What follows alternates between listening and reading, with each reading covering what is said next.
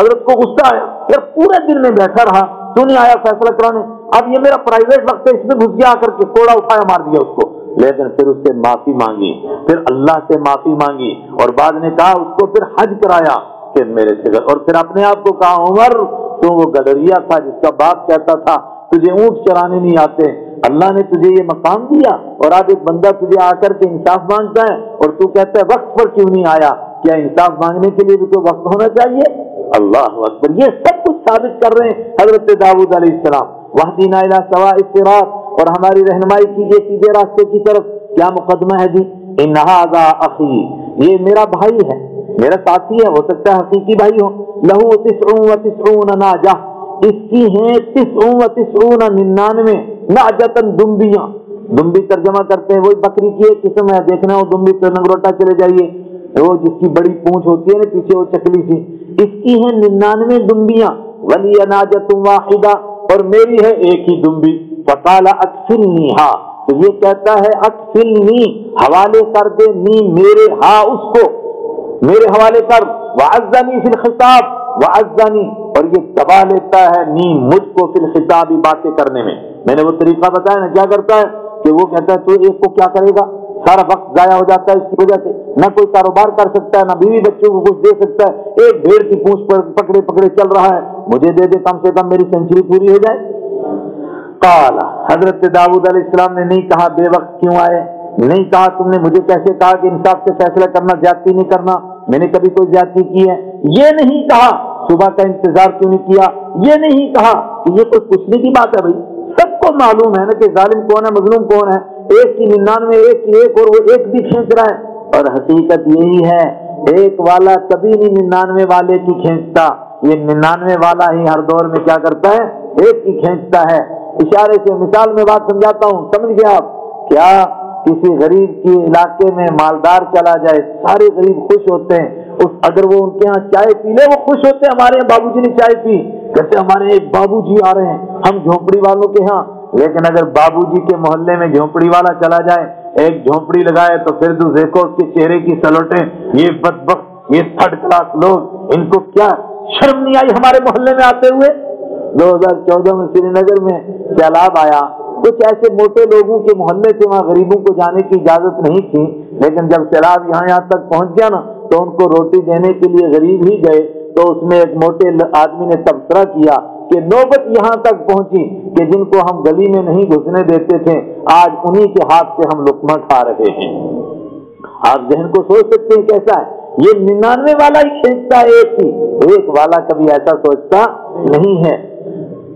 قال لقد ظلمك، فرمایا حضرت داؤد علیہ السلام نے لقد ظلم، یقیناً ظلم کیا اس نے، کا تجھ پر بسوال نعجتک، تیری دمبی کو مانگ کر، الی نعاجہ، اپنی دمبیوں سے ملانے کے لیے، بھائی کونے والوں شور نہ کرو، قرآن ہو رہا ہے شور کر رہے ہیں۔ لقد ظلم بسوال نعجتک، یقیناً اس نے ظلم کیا ہے تیری دمبی کو مانگ کر، الی نعاجہ، اپنی دمبیوں کے ساتھ ملانے کے لیے، وَإِنَّ كَثِيرًا مِنَ الْخُلَطَاءِ، اور بے شک بہت سارے خلطاء، آپس میں مل کر رہنے والے یا رشتہ دار، جن کو ہم کہتے ہیں جمع والے شریکے، یہ بہت سارے شریکے، لَيَبْغِي بَعْضُهُمْ عَلَى بَعْضٍ، یہ ضرور بھی ضرور ایک دوسرے پر زیادتی کرتے رہتے ہیں اسی طرح، إِلَّا الَّذِينَ آمَنُوا، مگر وہ لوگ جو ایمان لائے، وَعَمِلُوا الصَّالِحَاتِ، اور انہوں نے نیک عمل کیے، وَقَلِيلٌ مَّا هُمْ، مگر ایسے لوگ تو بہت تھوڑے ہیں، زیادہ تو وہی لوگ ہیں جو ایک دوسرے پر زیادتیاں کرتے ہیں، اور یہی 99 والے ہیں جو ایک کی بھی کھینچتے ہیں تاکہ ہماری سینچری پوری ہو جائے۔ ہاں ایمان والے اور نیک عمل کرنے والے ایسے نہیں ہوتے ہیں، وہ محنت اور مشقت سے کماتے ہیں، اور رمضان کا مہینہ آتا ہے تو تھیلا لے کر کے غریبوں کو تلاش کرتے ہیں، اور اگر کوئی قبول کر لے تو اس کا شکریہ ادا کرتے ہیں۔ وہ غریب ایمان والے ایسے نہیں ہوتے، مگر قلیل ما ہم، وہ تو بہت ہی تھوڑے ہیں۔ اب وہ لفظ آ گیا نا جندما، اوپر والا، میں نے کہا تھا یہ جو ماں بعد میں آتا ہے اس کے معنی بہت ہی کم، اب یہاں آیا قلیل ما، بہت ہی کم ہیں ہم ایسے لوگ، یہ تو ان کا فیصلہ کر دیا۔ وَظَنَّ دَاوُودُ أَنَّمَا فَتَنَّاهُ، اور حضرت داؤد علیہ السلام نے یقین کر لیا، أَنَّمَا فَتَنَّاهُ، کہ ہم نے ان کا امتحان لیا ہے، یا امتحان لیا، ان کے صبر کا امتحان، ان کی طاقت کا امتحان۔ اتنا بڑا بادشاہ آج تو چلا جائے وائٹ ہاؤس میں اسی طرح اچانک کیا ہوگا اس کا، سوچ سکتے ہیں کیا ہوگا اس کا۔ ایک آدمی اچانک چلا گیا اتنے بڑے بادشاہ کے اور سیدھا اس کے اپنے ذاتی کمرے میں، وہ بھی محراب بڑے ہال کے بھی اندر جو چھوٹا کمرہ تھا اس میں پہنچ گئے 2 آدمی، اور مقدمہ بھی بالکل بیکار تھا، کوئی خاص مقدمہ نہیں، مگر اس کے اوپر ان کو کوئی غصہ نہیں آیا، کچھ نہیں ہوا۔ حضرت داؤد علیہ السلام سمجھ گئے یہ کوئی مسئلہ پوچھنے نہیں آئے تھے، ہو سکتا ہے کہ اللہ کے فرشتے میرے صبر کا امتحان لینے کے لیے آئے تھے۔ اس پر اللہ کا شکر ادا کیا، فاستغفر ربہ، انہوں نے اپنے رب سے بخشش چاہی، کوئی خطا اور لغزش تو نہیں ہوئی، لیکن پھر بھی کہ اے خدا کیا معلوم تیری شان کے لائق جیسا تو چاہتا تھا ویسا میں نہیں کر سکا، مجھ سے اگر کوئی خطا ہو گئی تو تو مجھے معاف کر دے۔ وخر راکعا واناب، اور گر پڑے وہ رکوع کرتے ہوئے، واناب، اور اللہ کی طرف متوجہ ہو گئے۔ یہ ان کی شان تھی، تواب اواب، اللہ کی طرف متوجہ رہنے والے۔ یہاں پر بھی سجدے میں گرے، اللہ کی طرف متوجہ ہو گئے۔ لیکن کیا کوئی مسئلہ ایسا بھی تھا کہ جس میں وہ سمجھتے تھے کہ لغزش تو نہیں کہیں ہو گئی مجھ سے؟ تو بعض لوگوں نے ذکر کیا، کچھ تو بڑی بےہودہ باتیں ذکر کی، وہ تو میں خانہ خدا میں ذکر ہی نہیں کرنا چاہتا ہوں کہ نہیں جی وہ بائبل میں ایسا لکھا، اور بائبل یار جس میں لوط علیہ السلام کو کہا گیا کہ اپنی بیٹیوں سے وہ بدکاری کرتے تھے تاکہ ہماری آگے اولاد پیدا ہو جائے، اس بائبل کی بات کرتے ہو تو جھوٹوں کا پلندہ ہے۔ اور جان بوجھ کر انہوں نے حضرت داؤد اور حضرت سلیمان علیہ السلام کے خلاف جھوٹی کہانیاں گھڑی، کیونکہ ایک بڑا طبقہ ان کی بادشاہی سے راضی نہیں تھا، اور بادشاہ کتنا بھی نیک ہو مگر سارے راضی نہیں ہوں گے، کچھ مفت خورے ہوں گے، وہ کہیں گے ہم کو ڈکیتیاں کیوں نہیں کرنے دیتے، ہم کو چوریاں کیوں نہیں کرنے دیتے، وہ تھوڑے راضی ہوں گے۔ ایسا ایک طبقہ تھا جو ان سے روٹھا ہوا تھا، وہ جھوٹی کہانیاں گھڑتا رہتا تھا ان کے خلاف، ان کی بات ہم نہیں کرتے۔ البتہ بعض روایات میں آتا ہے کہ اس کے اوپر ان کو احساس ہوا کہ میں نے سوچا تھا کہ میرے گھر میں کوئی وقت ایسا نہ ہو جس میں کوئی نہ کوئی آدمی اللہ کے سامنے سجدہ ریز ہو، اور یہ وقت انہی کی عبادت کرنے کا تھا، لیکن انہوں نے دیکھا کہ اوہو جب کوئی دوسرا ذرا سا غافل ہوتا تھا مجھے غصہ آتا تھا، میں تو خود ہی اس وقت میں ان سے باتیں کرنے میں لگ گیا۔ معلوم ہوا کہ اللہ کی توفیق کے سوا کچھ ہوتا نہیں ہے، حالانکہ یہ وقت تھا خاص مخصوص قسم کی عبادت کرنے کے لیے، اگرچہ یہ عدالت کا فیصلہ بھی عبادت ہے، لیکن عبادت جو اللہ کا ذکر اس کا ایک الگ مقام ہے۔ حضور سے فرمائے گا فَإِذَا فَرَغْتَ فَانْصَبْ، جب آپ فارغ ہو جائیں تو اللہ کی عبادت میں لگیں۔ تو فارغ کس سے ہونا تھا؟ دین کے کاموں سے۔ کیا دین کے کام عبادت نہیں؟ دین کے کام عبادت ہیں، لیکن خاص طور سے سجدہ میں اللہ کو یاد کرنا یہ ایک الگ قسم کی عبادت ہے، اور اس کے الگ قسم کے نتائج ہیں۔ فَغَفَرْنَا لَهُ ذَلِكَ، تو ہم نے معاف کر دیا حضرت داؤد علیہ السلام کو یہ بات۔ وَإِنَّ لَهُ عِندَنَا لَزُلْفَىٰ وَحُسْنَ مَآبٍ، بات یہاں ختم کی، اور یہ تو دنیا میں ان کو بادشاہی ملی تھی، اصل مسئلہ تو آخرت کا ہے، آخرت میں کیا ملے گا؟ وَإِنَّ لَهُ عِندَنَا، اور بے شک ان کے لیے ہمارے پاس لَزُلْفَىٰ، قربت کا مقام ہے، وہ ہمارے بڑے مقرب ہیں، وَحُسْنَ مَآبٍ، اور بہترین ٹھکانہ ہے۔